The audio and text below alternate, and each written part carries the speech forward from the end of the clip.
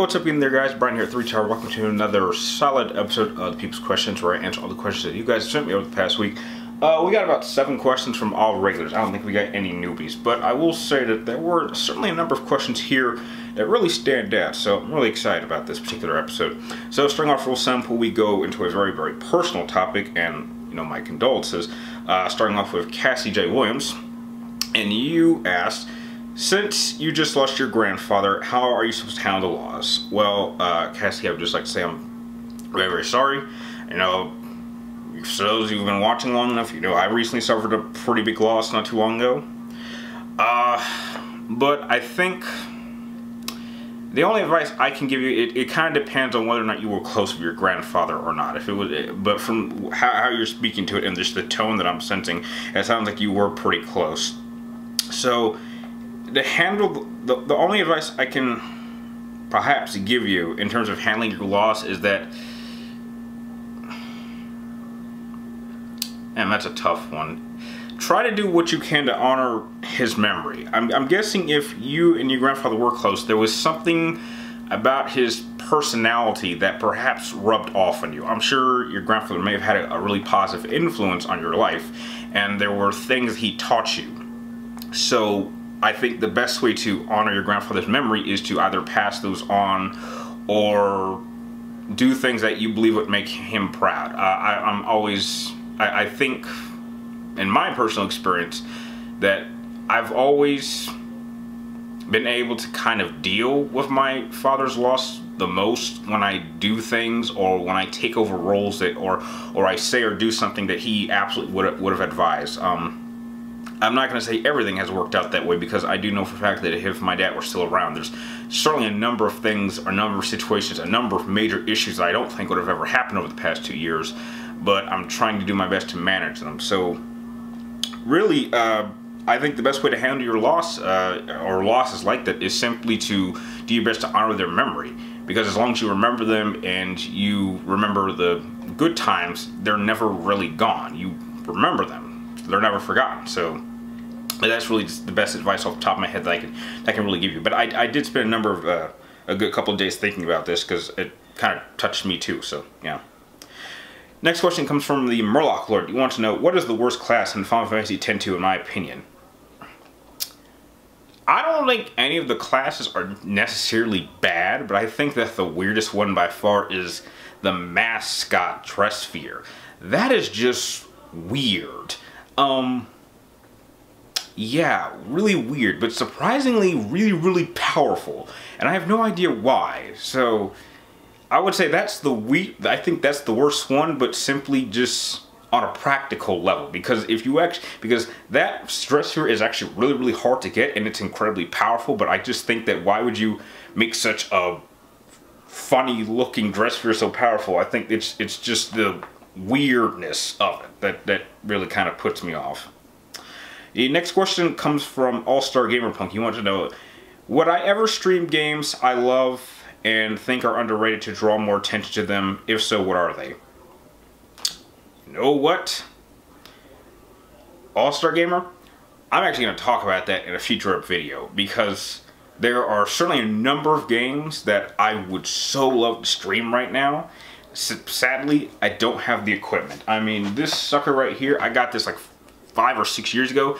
This ain't gonna cut it. This is not gonna work with my current PC. And just a number of games I really want to get my hands on. And some of you guys even asked if I could stream it, but I just don't have the equipment. So I don't know. Hopefully, if someone helps me out on Patreon or something, or I don't know, I managed to save up, because as it stands right now, with all the kind of issues that I'm going through, it could take several months before I even have enough time to spare money to get the equipment I need to do these streams, or to get the equipment I need to do the streams. But yes, I would give me another week and I'll have that video up. But I think a number of people will be surprised of the games I wish I could stream if I could do it on that list. And some of the games on that list I think are very, very underrated and unappreciated. And one in particular is one of my all-time favorite video games of all time that, you know, I would just love to play. So yeah, keep your eye out for that video. The next question comes from JBat. You want to know, now that Bruce Wayne, Selina Kyle are married, do I think that they will have a child? Thought they already did that. I recall that. Is that a new thing? Because I'm fairly certain a number of storylines in the past they've been married and had kids before. I know that for a fact. I mean, heck, there was even one episode of Batman the Brave and the Bold that went over that, where, I mean, it was, I guess, kind of like a dream sequence or something like that, where Selina and Bruce got married and eventually their son took over the role of Batman.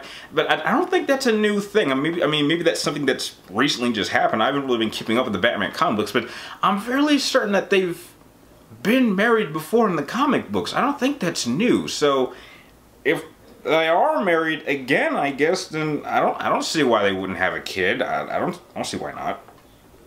Next question comes from Roy Mustang. You want to know my favorite romance in the Mass Effect trilogy. Well, okay, I'm going to pick two because I always like to play as male Shepard than play as femme Shepard. When I played as male Shepard, my favorite love interest was Liara, without question. And then when I played as femme Shepard, it was Garrus. But I think that by far the sweetest romance character that I think anyone could pick is Tali. Tali is just adorable, and there's a line in the third game. Even though Tali was not my love interest, but every time I hear it online, it just,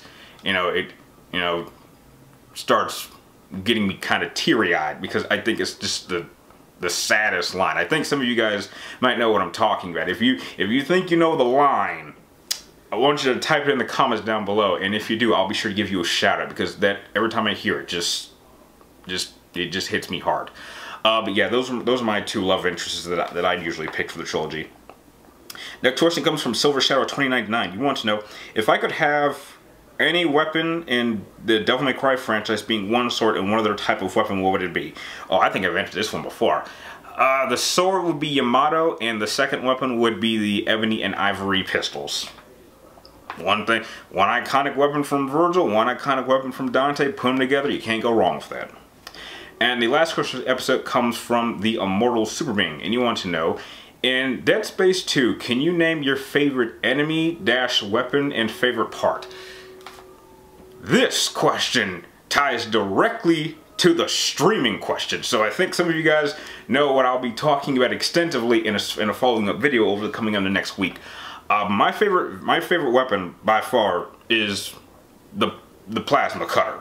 Love that. That is like probably one of the top 3 weapons I wish I could get a replica of, like a full-size replica. I would pay up to $500 to get a replica of that sucker. I mean, I have like a smaller one that you get from the Dead Space 2 Collector's Edition. It's mini size, so I mean you can kind of hold it, but I want a full-size one. My favorite enemy by far is the Brutes. Those suckers are some bad boys. I mean, I don't know how the Brutes are even created, but it's like this gigantic mutant gorilla guy. And, I mean, how you take it out is pretty simple, but just his presence when he shows up, it is scary as all hell. And there is one part that is my favorite in Dead Space 2.